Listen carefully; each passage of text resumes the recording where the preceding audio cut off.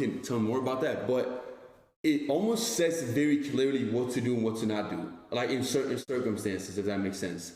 And it's like, I would read it in the morning, and then I would go about my week, and I would get into a situation where literally a circumstance would happen. And I'm like, whoa, so instead of me, if I wasn't reading that morning, I wouldn't have known what to do. But then I'm like, okay, right here, maybe I try to step away, I'll do this. And then it worked out perfectly. I'm like, wow, God just gave me literally a situation, a solution at the same time, which is crazy. Like, God cares about you, like wants you to handle it. It's like, bro, when I read this thing, there's some, like Proverbs 7, because keep it on the lesser train. Like Solomon is saying like, hey, keep wisdom on your heart. This is in the first few verses. And then he says, stay away from the forbidden woman, talking about sexual sin. And then he literally says, for at the window of my house, I looked through my lattice and I've seen among the simple a young man lacking sense. So then he starts telling a story. He's like, look, crazy. I looked out my window and I saw this dude and he was being an idiot. And then he's like, he went to the adulterer's house and he just like lays it plain. And then he tells you, and then like even later on, he like talks about how like till an arrow pierces his liver as a bird rushes into a snare, it's a metaphor for guilt and shame. Guilt and shame you feel. So he like talks about everything. And that's so crazy. You read it, you're like, what the heck? So crazy.